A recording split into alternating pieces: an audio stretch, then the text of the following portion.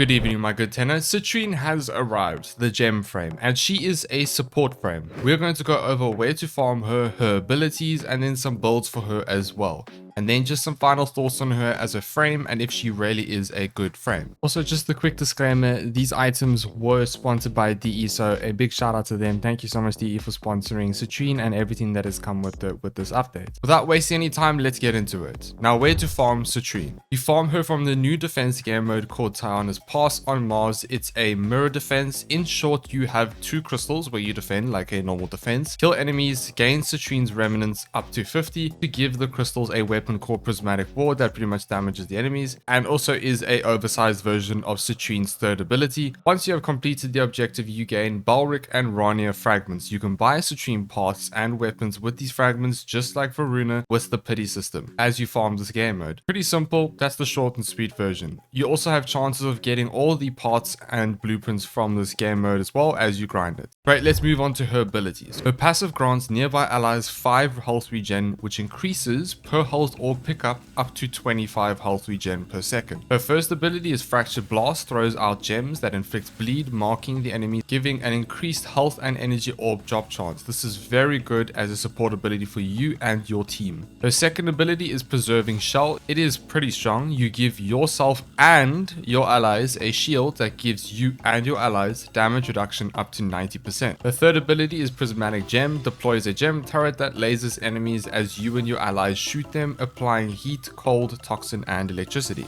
It gives you huge amounts of status chance and status duration, which is what makes it slightly decent. However, this is her subsume slot for me. Her fourth is Crystallize, summons a whole bunch of crystals that seek out enemies and freezes them, leaving a fat crystal growth on them. Shoot the growths to do huge crit damage. This is very good when it comes to precision-based weapons, but it doesn't work with AoE, sadly. Now that her abilities are out of the way, don't forget to smash that like button and subscribe, my good tenno. It really helps me out. Thank you. Alright, let's get into the builds. The first build is an armor stripping build. Of course, we would go for that. For Steelpath, obviously, if you're in the star chart and you don't have all these mods, just substitute what you have available and you can use her normal kit. Her normal kit will do star chart quite easily. Great, so we have Terrify over her third to do armor stripping. We go Breeze with Spite and Augur Reach for shield gating because you spam Citrine's first ability a lot. So this is great for shield gating over here. Rolling Guard, Umbral Intensify, Blind Rage, Transient Fortitude, Prime Continuity, Augur Reach, Prime Flow, and Equilibrium. This will give us a decent amount of strength, medium amount of range, and a medium amount of duration. Low efficiency, that's because we have Equilibrium, because the amount of health orbs that drop from here is insane. You will sustain your energy quite easily with this, although you do need to spam this ability a lot for this to work. Then for the arcanes, I threw on Multi-Augmented and then Arcane Grace. This is just me testing. It can be anything. It's flexible. Use what you have available. Although Multi-Augmented and Multi-Efficiency will work really well on Citrine because her fourth needs to have a lot of duration, in my opinion, to work really well, and it has huge potential if it has a high duration. Citrine is actually quite a difficult frame to build because you want to go for duration, and then you also need enough strength so that you can get over 100% health orb drop chance and over 50% energy orb drop chance. You need about 210 to 20% strength to get 90% damage reduction as well, which is why it's important to have over 200% strength. She is a slightly difficult frame in terms of what you want with her. Then we have the Xata's version. Now, I will explain later on in the demonstration why Xata is actually insanely strong with her, but it's a similar build, strength, range, and a little bit more duration, slightly different. We did Augur Secrets and so on. Pretty much the similar build, still shield gating and so on. This is the budget version. I did snap on Power Drift because I had extra capacity, but the budget version is just her normal kit. Decent strength, medium range, and medium duration, and a bit more efficiency so you can spam a little bit more. And then of course, no primed mods. Rolling Guard is obviously if you're in Steelpath, but if you're not in Steelpath, just use whatever substitute you have available. Remember how I said you want to build for duration for her fourth because of the CC and also the huge amount of crit damage you get from it. I did this build here, just snapped it together. It's a slightly higher duration build with multi efficiency, although I would love to go higher in terms of duration and then sacrifice a little bit of strength, but it's difficult because then you lose out on range from Narrow-Minded. So then you would have to drop Equilibrium to substitute an extra mod to get more range. So that's where it becomes difficult, but this is the pretty much highest duration you can go minus multi-efficiency if you want to be kind of comfortable with her fourth ability. And of course, Archon shards. I slapped on 2 casting speed ones here because some of her abilities take quite long to cast, so she will benefit from casting speed, and she would heavily benefit if you use red shards. Okay. If you use red shards for duration as well. Definitely go for duration. Alright, now that I've explained the builds, let's hop into the simulacrum to explain how to play her. Okay, so I'm going to spawn low level enemies just so that I can explain the abilities a bit better so you can see it. So her first ability throws out little rocks that mark the enemy, and when you kill them, they drop health and energy orbs. As you can see here, you're gonna have to spam it quite a bit. You have to kill them before the duration runs out, but it's huge health and energy sustain, so that's pretty great. Then her second ability is Preserving Shell. Now if you look at the top right there, it's 90% and it's gonna start dropping. 84, 82, 81, and then when you kill enemies it goes back up to 90. Pretty simple. And at the bottom right you can also see the damage reduction as well, and then also the HP per second with her passive.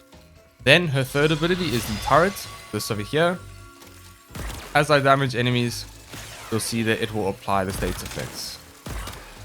So this ability is on paper pretty good, but it only shoots enemies one at a time, but it does switch between the two, and this applies for you and your allies. And it gives you a huge amount of status chance and status duration within this ring. So that's where it has its upsides, but I still think that it is slightly weaker. Then her fourth ability is these crystals, the growths. Shoot that for huge red crit damage. Great, it's that simple. So now what I want to show you is the Xata's Whisper version. Now what makes Xata so strong is the fact that you can shoot the growths and make the bubble around there, and if you shoot anywhere near it, it will then consistently red crit if you shoot the bubble. So if I show you over here, Xata's Whisper is activated, I press 4, I go up to them, I shoot the bubble. That's awkward, it did not work. There you go. Constant red crits. So of course you have to be at a certain angle for it. So that's pretty strong, but in a normal situation it might not work as well because you are constantly just shooting random enemies. But if you're spraying, you will do some red crits with that, with whatever weapon you are doing. Like I mentioned earlier, it doesn't work with AoE sadly, which sucks, but precision based weapons works quite well. And this does apply to acolytes and Thraxes as well, which is pretty good because you can take down acolytes and Thraxes really fast with Citrine's fourth ability. Just some suggestions on what helmet abilities would work well with her: Gloom, Normal, Raw, Xata's Whisper, Terrify, and I would assume that Nourish would be insanely strong with Citrine's fourth ability because of the extra damage vulnerability with the red crits, but I have not tested that because I do not have the Subsume and I'm lazy to Subsume my Grendel. Those are my suggestions for the helmet slots, otherwise her base kit does work. Final thoughts on the frame. Is she strong? Well, Citrine is strong, yes. Better than Wisp, you may ask?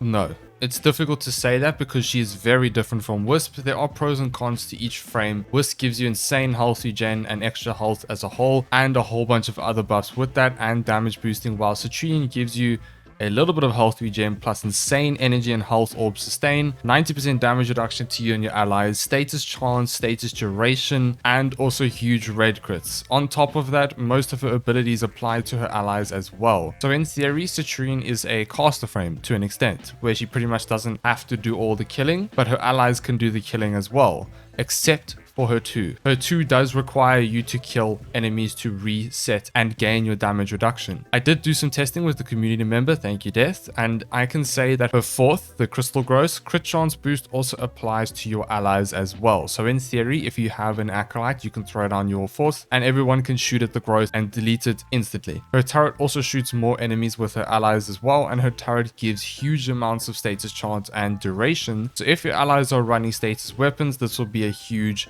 damage boost. Weapons like the Cedo, Bubonico, Felox, Chakur, beam weapons like the Phantasma will work very well with Citrine's 4th ability, any precision based weapons. The downside of Citrine is that you have to constantly be spamming your 1 to kill and gain health and energy orbs to survive, which a lot of frames are like that, to be fair. Like I mentioned earlier, I have yet to try Nourish, but I imagine it would work quite well with her. I have not tested her in level cap yet, but from the brief moments that I played with her in Steelpath, she seems to be like a pretty solid frame to take to Steelpath with. So for me, I give Citrine an A tier. That's my personal opinion before I've done some testing. My opinion may change in the future, so take it with a pinch of salt. She definitely does have some potential, but I don't see her being an S tier insanely strong best frame that's ever come out. Anyways guys, that's my quick video on Citrine. I hope you enjoyed the video. Don't forget to like and subscribe, and I'll see you all in the next one.